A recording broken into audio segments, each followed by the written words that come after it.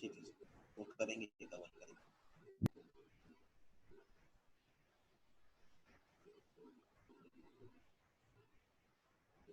Stock journal के बारे में थोड़ा सा डीप में बताना है। क्वेरी है? हाँ, एक क्वेरी है स्टॉक जर्नल के बारे में। आपकी आवाज बिल्कुल स्लो आ रही है सर। अभी से स्टार्ट नहीं किया, अभी करेंगे।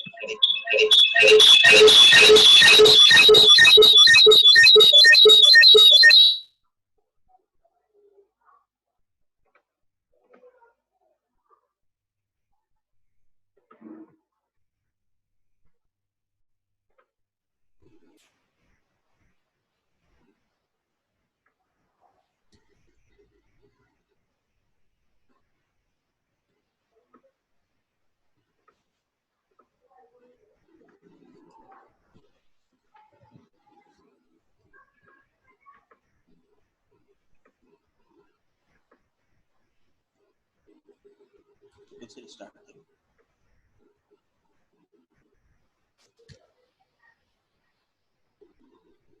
करंट और जो शॉर्टकट की बताइए ना, कंट्रोल F, वो प्रोडक्शन में है या अदर सेल्स में, परचेज में है? ये क्वेरी नोट कर लो, लास्ट में हम इसको डिस्कस कर लेंगे।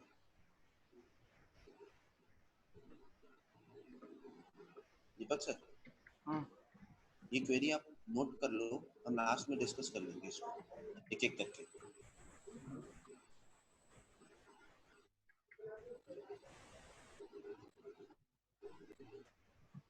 स्टार्ट कर सकते हैं।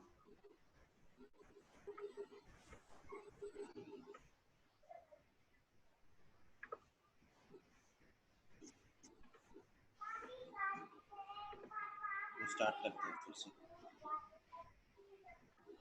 तो स्टार्ट करते हैं, हम कंटिन्यू करते हैं बिल बाय बिल फीचर्स पे।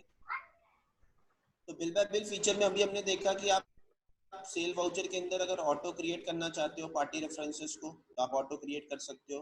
वाउचर परचेज और सेल दोनों में आप कर सकते हो। बिल बाय बिल के रेफरेंस को आप नरेशन, मतलब बिल बाय बिल के अंदर अगर आपको नरेशन इनेबल करना है तो आप नरेशन इनेबल कर सकते हो। Bill by bill for all account, अगर सभी अकाउंट्स के लिए आपको बिल बाय बिल इनेबल करना है तो आप इसको इनेबल कर सकते हो। आप चाहते हो कि जब तक वो फुल एलोकेट ना हो एक्सपेंसेस रेफरेंसेस, तब तक वो बिल सेव करने ना दे।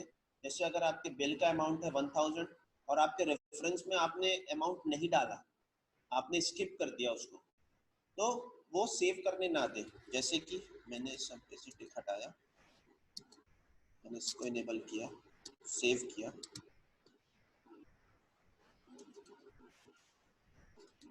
मैंने एक बिल बनाया,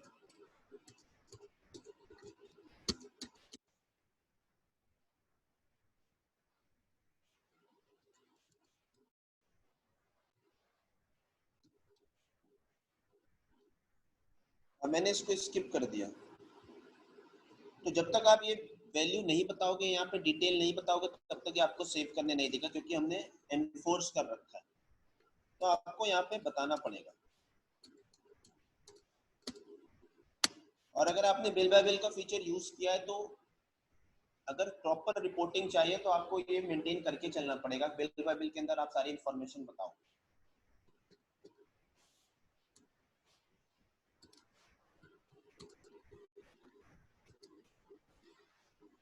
फिर हम आते हैं ग्रुपिंग के साथ आप बिल बाय बिल को कैसे टैग कर सकते हो। जैसे आप चाहते हो कि मैं लोकेशन वाइज अपनी आउटस्टैंडिंग रिपोर्ट देखना चाहता हूँ कि इस लोकेशन की कितनी आउटस्टैंडिंग है, इस लोकेशन की कितनी आउटस्टैंडिंग है, तो आप मटेरियल सेंटर के साथ भी ग्रुप बिल बाय बिल को टैग कर सकते हो। जैसे हमने मटेरियल सेंटर लिया और इसको सेव किया।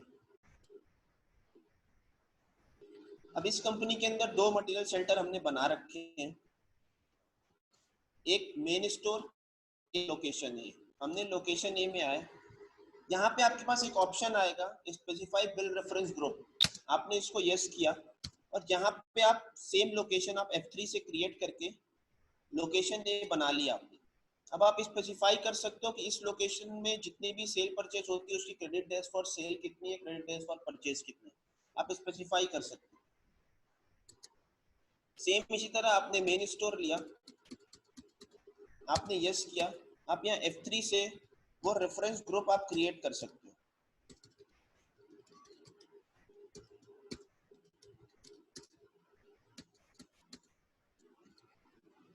अब जब हम बिल क्रिएट करेंगे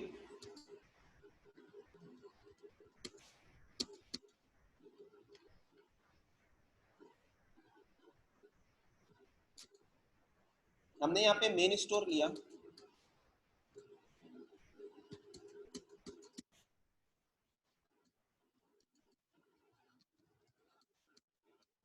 अब जब हम इसको सेव करेंगे तो आपके पास बिल बाय बिल की विंडो ओपन होगी।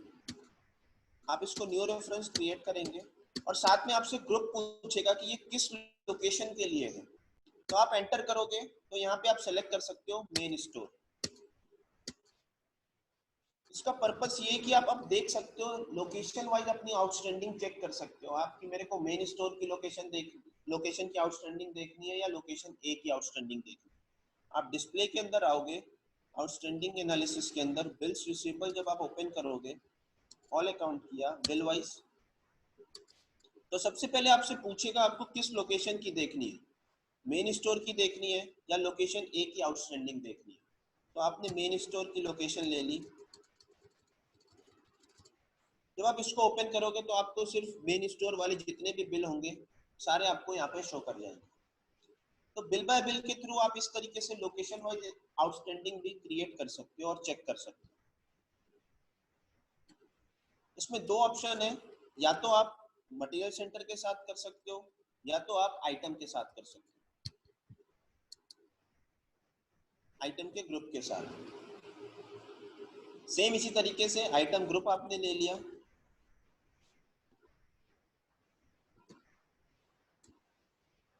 जब आप आइटम ग्रुप क्रिएट करते हो, जैसे हमने यहाँ सॉफ्टवेयर लिया, तो सेम इसी तरीके से यहाँ पे भी आपको स्पेसिफाई करना पड़ेगा बिल रेफरेंस ग्रुप। आपने यहाँ पे क्रिएट कर लिया सॉफ्टवेयर,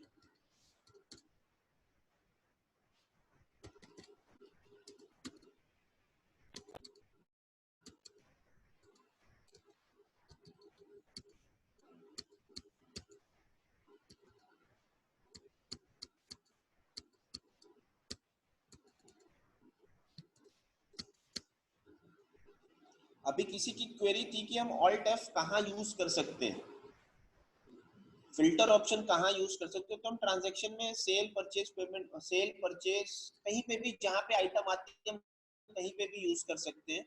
उसको यूज करने के लिए सबसे पहले आपको ड्रॉप डाउन ओपन करना पड़ेगा आइटम का, और आपको ऑल्ट एफ प्रेस करेंगे और यहाँ पे आप लिख सकते हो सॉफ्टवेयर, तो सिर्फ सॉफ्टवेयर वाली आइटम शो करेंगे। तो इसको आप जहाँ पे भी आइटम आप यूज करते हो वो सारे वाउचर में आप इसको यूज कर सकते हो ऑल्ट एफ को। Production, material issue to party, material receive from party, sale purchase, sale return, purchase return, unassemble voucher, stock journal voucher, stock transfer, जहां पे भी आप आइटम का यूज कर सकते हो वो सारी जगहों पे आप इसको यूज कर सकते हो alt F. Alt F filter के लिए है, आप ऑल्ट एफ करोगे, आप वो कीवर्ड्स टाइप कर दोगे तो वो सारे ही आइटम आपको फिल्टर करके वो शो कर देगा। हमने इसको सेव किया, अब हमने यहाँ पे न्यू रेफरेंस लिया। अब यहाँ से आपके आइटम के ग्रुप के नेम पूछेंगे, तो यहाँ पे आपने सॉफ्टवेयर ले लिया।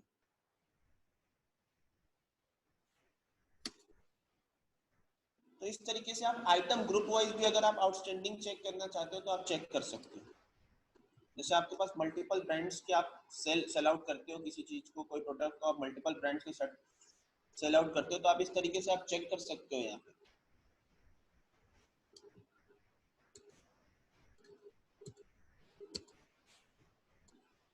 यहाँ पे आप सॉफ्टवेयर सेलेक्ट करोगे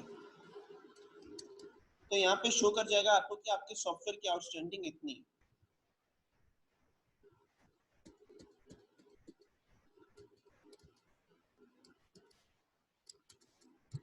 तो इस तरीके से हम बिल बाय बिल फीचर का यूज कर सकते हैं। आप ग्रुपिंग लगाना चाहो आप ग्रुप यूज कर सकते हो, एनफोर्स कर सकते हो आप कि बिना बिल बाय बिल के डिटेल्स को फिल किए वो वाउचर सेव ना हो, तो आप इसको यूज कर सकते हो। आप चाहते हो कि आज की डेट के पहले तक ही जितने वाउचर पेंडिंग है वही सारे शो करें, तो आप show pending references till voucher date only आप कर सकते हो। बिल रेफरेंस में नरेशन यूज कर सकते हो, bill by bill for all account आप यूज कर सकते हो। ऑटो क्रिएट, अगर आप चाहते हो कि बिल बाय बिल की विंडो ओपन ना हो, ऑटोमेटिकली रो रेफरेंस बन जाए, तो आप यूज कर सकते हो। सेम परचेज के संग भी कर सकते हो, सेम सेल के संग भी कर सकते हो। अब नेक्स्ट टॉपिक की तरफ चलते हैं, क्रेडिट लिमिट। हमने क्रेडिट लिमिट को इनेबल किया, अकाउंट्स के अंदर ही क्रेडिट लिमिट को हमने इनेबल किया, सेव किया। क्रेडिट लिमिट का मतलब ये है कि आप अपनी पार्टीज को क्रेडिट लिमिट स्पेसिफाई कर सकते हैं कि आपको इतने की क्रेडिट लिमिट हम अवेल करते हैं। आप अकाउंट्स में गए, आपने डायमंड प्लेटिनाइज लिया, आप जब इसको बनाते हो और जब इसको सेव करते हो तो आपके पास ऑप्शन आता है want to define credit limit. आपने यस किया, आपने कहा 1 लाख से ज्यादा किसकी क्रेडिट लिमिट नहीं देना चाहता मैंने 1 लाख लिखा, इसको सेव कर दिया। अब जब आप बिल बनाओगे तो यहाँ पे आप देखोगे इसका करंट बैलेंस भी शो करता है, डायमंड प्लेटिनाइज के जस्ट नीचे 19,454 अभी डेबिट है, तो इसके पास अभी क्रेडिट लिमिट है, तो ये परचेस सेल कर सकता है, मतलब मैं इसको सेल कर सकता हूँ।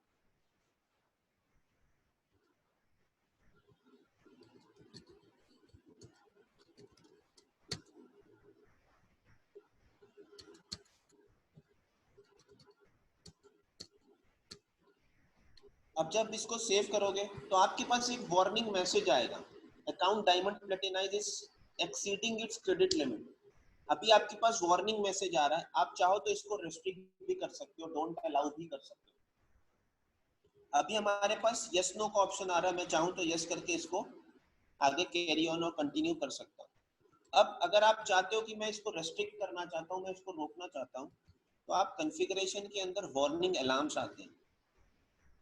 वार्निंग अलार्म से आप इसको, बहुत सारी चीजें हैं वार्निंग अलार्म्स के अंदर, नेगेटिव कैश की वार्निंग, नेगेटिव स्टॉक की वार्निंग। इसी तरीके से अगर आपने क्रेडिट लिमिट पे डोंट अलाउ लगा दिया, यहाँ पे क्रेडिट लिमिट है, क्रेडिट लिमिट पे आपने डोंट अलाउ लगाया और ये सुपर यूजर है, तो सुपर यूजर के पास डोंट अलाउ में भी वार्निंग ओनली के राइट्स होते हैं। यहाँ पे ऑप्शन है आपके पास treat don't allow as a warning only for super user, तो आप इस पे से टिक हटा दो कि सुपर यूजर के लिए भी डोंट अलाउ ही हो। आपने इसको सेव किया। अब जब आप बिल बनाओगे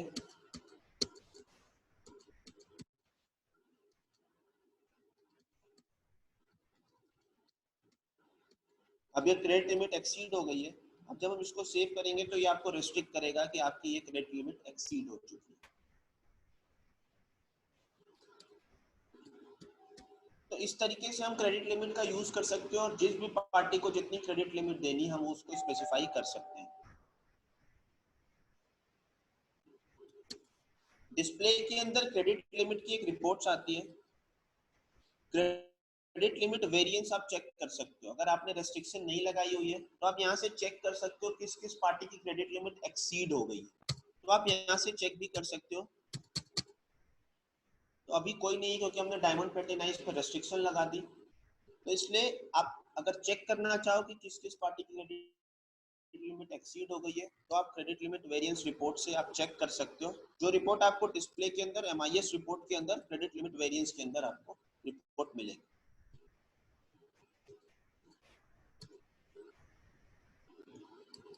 नेक्स्ट टॉपिक की तरफ बढ़ते हैं,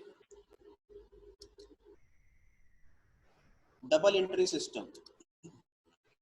बाय डिफॉल्ट जो अभी हम यूज कर रहे हैं वो डबल एंट्री है, इसमें डेबिट क्रेडिट दोनों ऑप्शन आते हैं, डेबिट भी आ रहा है और क्रेडिट भी आ रहा है, तो हम double entry system he by default use कर रहे हैं। लेकिन बीसी के अंदर दोनों ऑप्शन है, आप डबल एंट्री चाहो तो डबल एंट्री यूज करो और सिंगल एंट्री चाहो तो सिंगल एंट्री सिस्टम भी यूज कर सकते हो।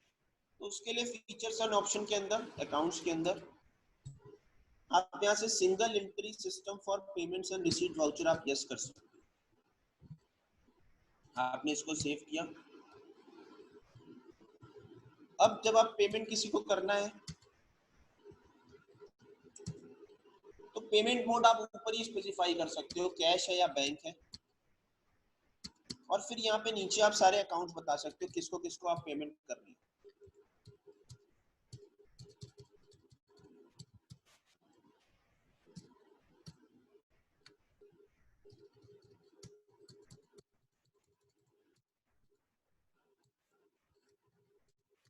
तो इस तरीके से आप, ये है सिंगल एंट्री सिस्टम जहां पर डेबिट क्रेडिट कुछ नहीं है, आपने पेमेंट मोड बताया और नीचे सारे अकाउंट स्पेसिफाई कर दिए। बाय डिफॉल्ट जो होता है वो डबल एंट्री सिस्टम इनेबल होता है, आप चाहो तो सिंगल एंट्री सिस्टम इनेबल कर सकते हो फीचर एंड ऑप्शन में अकाउंट्स के अंदर से।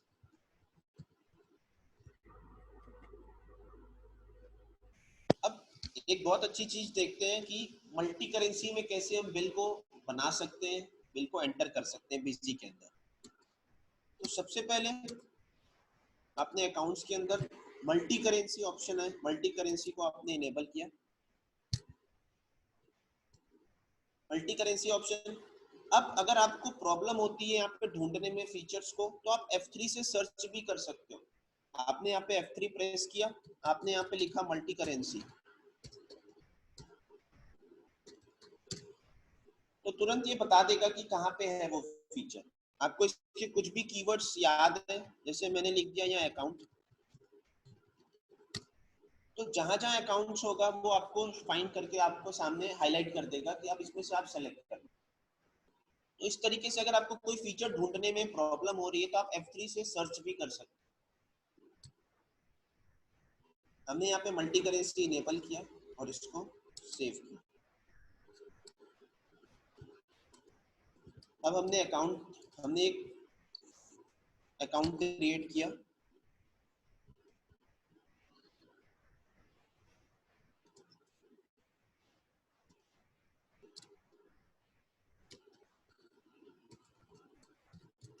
सिंपिंग एक अकाउंट क्रिएट किया, ये हमारी पार्टी है, सन्डी डेटर है।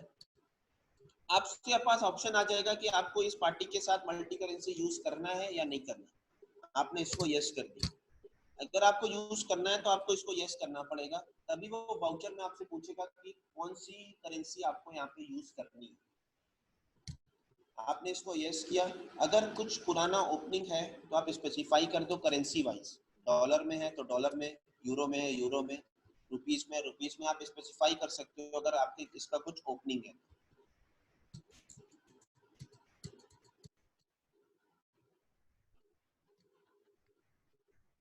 हमने साउथ अफ्रीका बताया और रजिस्टर्ड किया और इसको सेव किया। अब हम बिल बनाते हैं।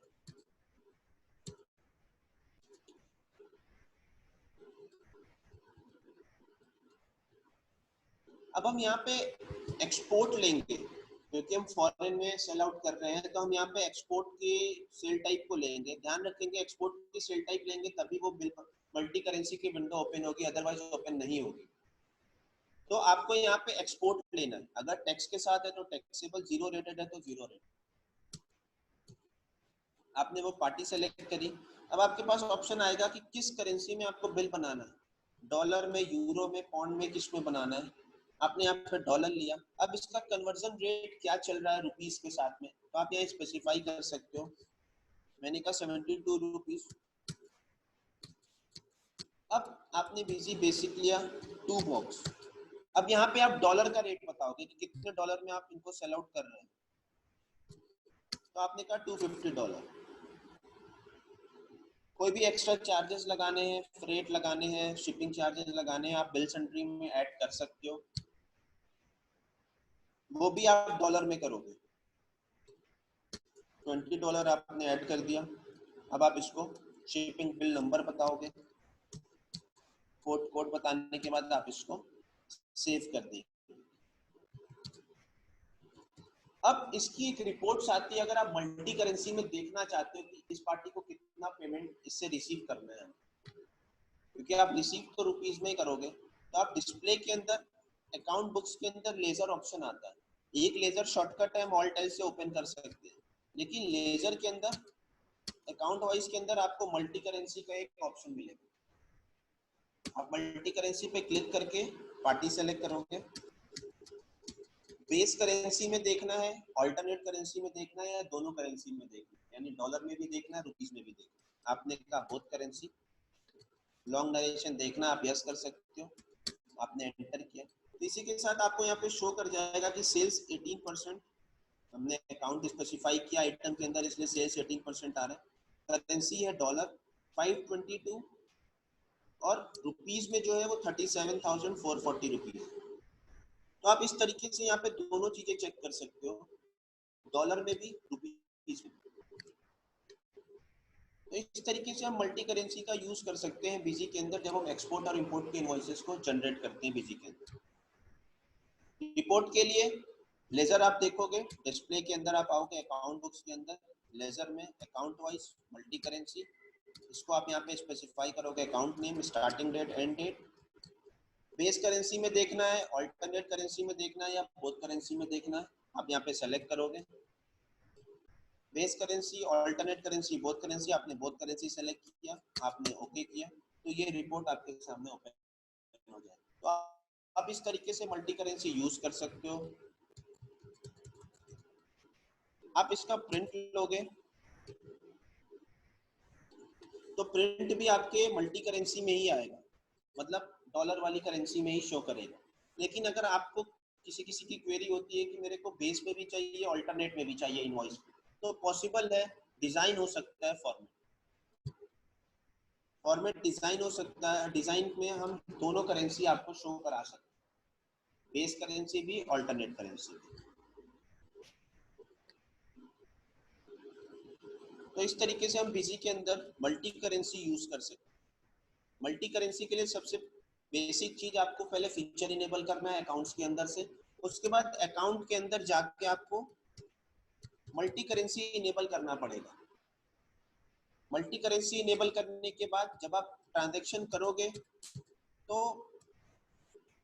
अगर आपने यहाँ पे एक्सपोर्ट लिया हुआ है तभी वो मल्टी करेंसी वाली विंडो ओपन होगी, अदरवाइज नहीं होगी। अगर आप यहाँ पे आइटम वाइज लोगे और जिंकिंग पार्टी लोगे तो मल्टी करेंसी की विंडो ओपन नहीं होगी। तो आपको यहाँ पे एक्सपोर्ट टैक्सेबल, अगर आपका टैक्स के साथ है तो टैक्सेबल, जीरो रेटेड है तो जीरो रेटेड आप सेलेक्ट कर सकते हो। आप क्रिएट करना चाहो तो आप क्रिएट भी कर सकते हो।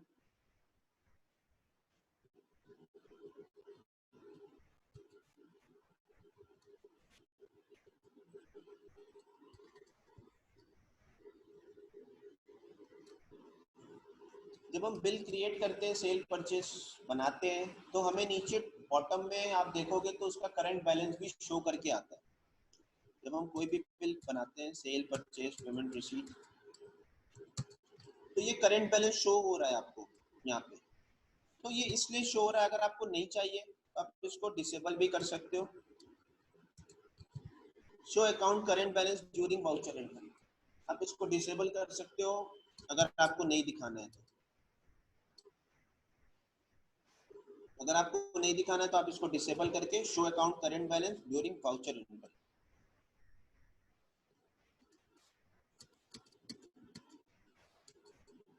तो अब सिर्फ और सिर्फ जीएसटी नंबर शो कर रहा है, बैलेंस हट गया है। तो ये ऑप्शन है आपके पास कि आप वाउचर में अगर आपको बैलेंस नहीं शो कराना तो आप मत कराएं, आप वहां से फीचर को डिसेबल कर सकते हैं।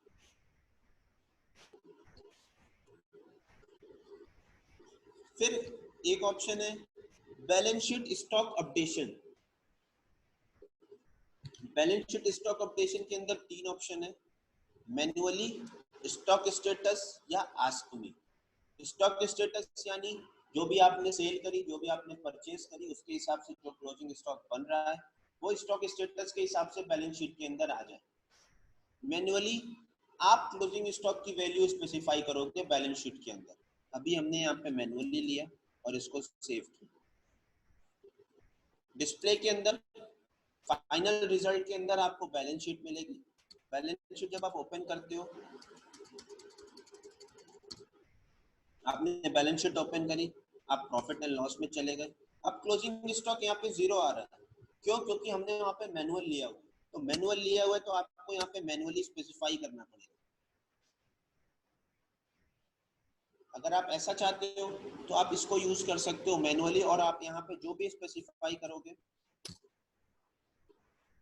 तो वो क्लोजिंग स्टॉक यहाँ पे शो करेगा बैलेंस शीट के अंदर। तो जैसा कि हमें पता है कि ये 10 मिनट के बाद वापस से एक बार ब्रेक हो जाएगा, तो प्लीज आप लोग वापस से उस लिंक पे क्लिक करके वापस प्लीज एडमिट हो जाइए।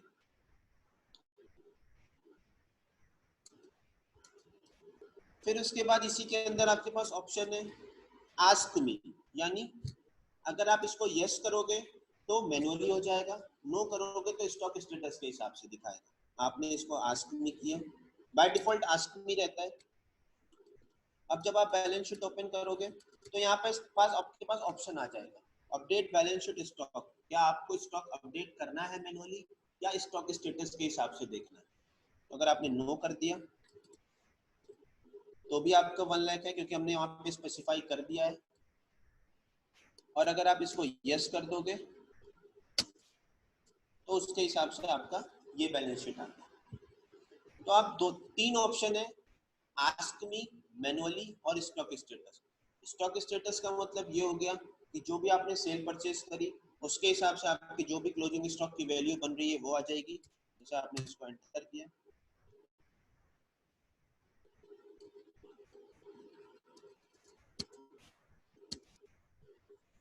और आस्क मी का मतलब आपसे पूछेगा कि कैसे आपको मेंटेन करना है, स्टॉक स्टेटस के बेसिस पे या मैनुअली। तो आप यस नो करके यूज कर सकते हो। और मैनुअली मतलब आपको मैनुअल यहाँ स्पेसिफाई करना पड़ेगा मंथ वाइज अपना क्लोजिंग स्टॉक। तो अपडेट बैलेंस शीट स्टॉक के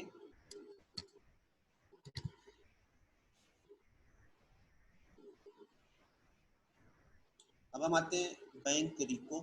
अभी है हमारे पास 8 मिनट। तो अकाउंट्स के अंदर ही जो हमें सबसे ज्यादा जरूरत होती है बिजनेस के अंदर, बैंक रिकंसाइल करने की जरूरत पड़ती है। हर मंथ के एंड में, हर क्वार्टर के एंड पे आप बैंक को रिकंसाइल करते हो, जिससे आप चेक करते हो कि बैंक अकाउंट और बुक्स में जो बैंक अकाउंट है वो दोनों टैली कर रहा है या नहीं कर रहा। तो आप उसके लिए फीचर्स एंड ऑप्शन के अंदर अकाउंट्स के अंदर बैंक रिकंसिलेशन एक फीचर है जिसको आप यूज करोगे। आपने इसको फीचर को यूज किया और इसको अब हम आते हैं पेमेंट के अंदर।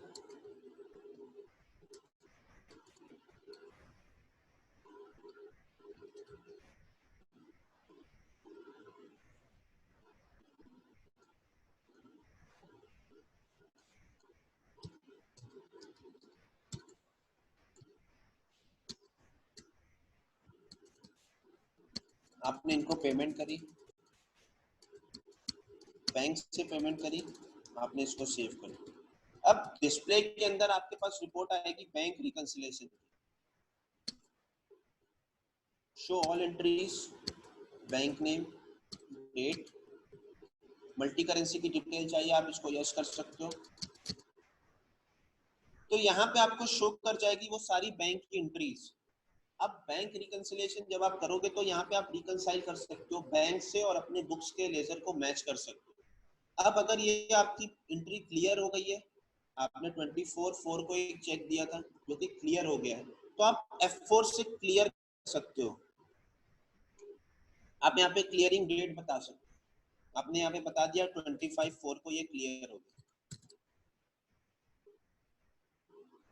फिर इस तरीके से आप यहाँ पे देख सकते हो कि अनक्लियर्ड एंट्रीज में मेरे पास कितनी एंट्रीज है, अभी कोई नहीं है। और क्लियर एंट्रीज में कितनी एंट्रीज है आप यहाँ से चेक कर सकते हो। और फिर यहाँ से आप रिकंसिलेशन स्टेटमेंट देख सकते हो कि बैंक बैलेंस और लेजर बैलेंस मैच कर रहा है या नहीं कर रहा। तो bank balance as per ledger आपका कितना है और एक्चुअल बैंक बैलेंस आपका कितना है, वो दोनों आपका मैच करना चाहिए। अगर आपकी कोई बिल पेंडिंग है तो मैच नहीं करेगा, अदरवाइज ये हमेशा मैच करना चाहिए। अगर आपको बैंक रिकंसिलेशन अगर आप यूज करोगे तो इससे आप चेक कर सकते हो। यहाँ से आप ये भी देख सकते हो कि कौन सी डिपॉजिट हुई है चेक जो अभी क्लियर नहीं हुई है, या आपने कौन सी इशू करी हुई है जो अभी तक क्लियर नहीं हुई है, वो भी आपको यहाँ पे शो करेगा। तो बैंक रिकंसिलेशन अकाउंट्स के अंदर फीचर एंड ऑप्शन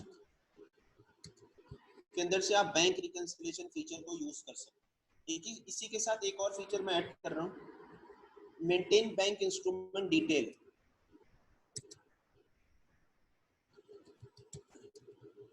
अब जब आप पेमेंट रिसीव करते हो, अभी मैं रिसीव करता हूँ,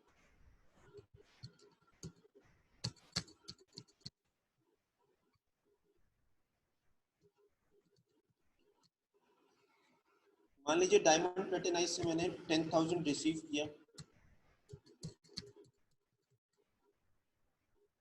अब यहाँ पे आपके पास ऑप्शन आ जाएगा, अगर आपने बैंक इंस्ट्रूमेंट डिटेल को इनेबल किया हुआ है तो यहाँ पे आपको ऑप्शन मिलेगा इंस्ट्रूमेंट टाइप।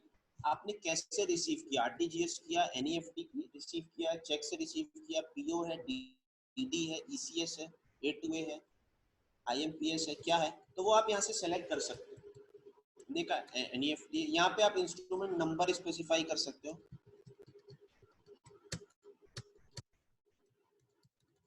और इसको आपने सेव किया। अब आप बैंक रिकंसिलिएशन के अंदर भी आप इंस्ट्रूमेंट डिटेल के साथ आप इसको चेक कर सकते हो। आपने यहाँ पे अनक्लियर्ड एंट्रीज में आए तो यहाँ पे आपको ऑप्शन आएगा शो बैंक इंस्ट्रूमेंट डिटेल, आप इसको यस करोगे तो यहाँ पे आपको ऑप्शन मिल जाएगा। उसी के साथ आप इसको भी टैली कर सकते हो कि एनईएफटी से आया था, तो यहाँ पे आपको एनईएफटी और उसका इंस्ट्रूमेंट नंबर भी शो कर देगा। आपको इसको क्लियर करना है, आपने F4 प्रेस किया और यहाँ पे इस एंट्रीज को क्लियर कर दिया। 25 की थी, 26 को, जब भी आपकी क्लियर हुई आप यहाँ पे स्पेसिफाई कर सकते हो, तो ये एंट्री क्लियर हो जाएगी।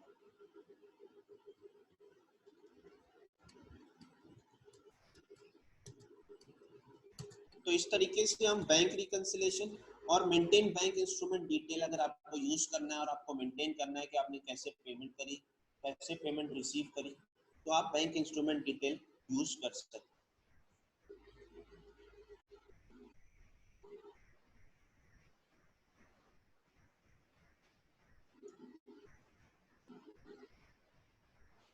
सेम इसी तरीके से जैसे हमने बैंक रिको कराया, वैसे ही आप लेजर को भी रिकंसाइल कर सकते हो।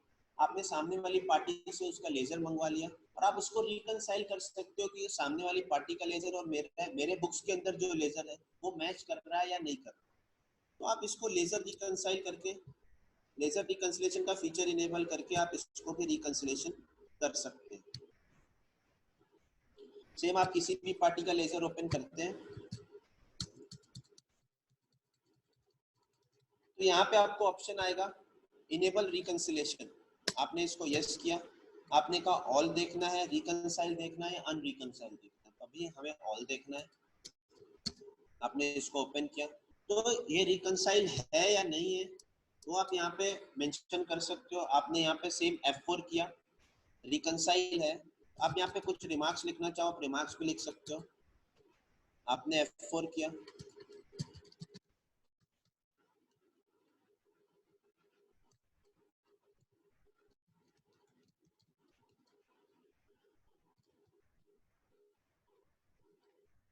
तो भी आपको स्पेसिफाई करना, आप यहाँ पे स्पेसिफाई कर सकते हो।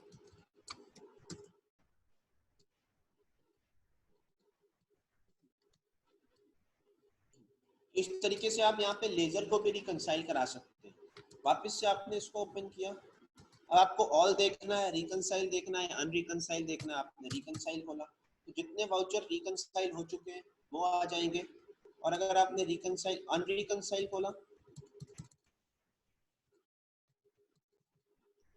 तो जितने वाउचर अभी रिकंसाइल नहीं हुए वो वाउचर यहाँ पे आपको शो कर जाएंगे। आपने इसको भी क्लियर कर दिया।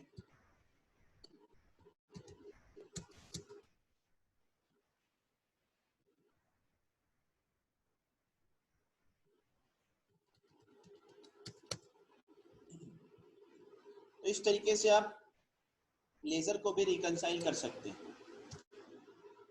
अकाउंट्स का ही पार्ट है, आप अकाउंट्स के अंदर फीचर एंड ऑप्शन के अंदर से इनेबल कर सकते हैं लेजर रिकंसिलिएशन। डिस्कनेक्ट होने वाला है, वापस से हम आएंगे एक बार।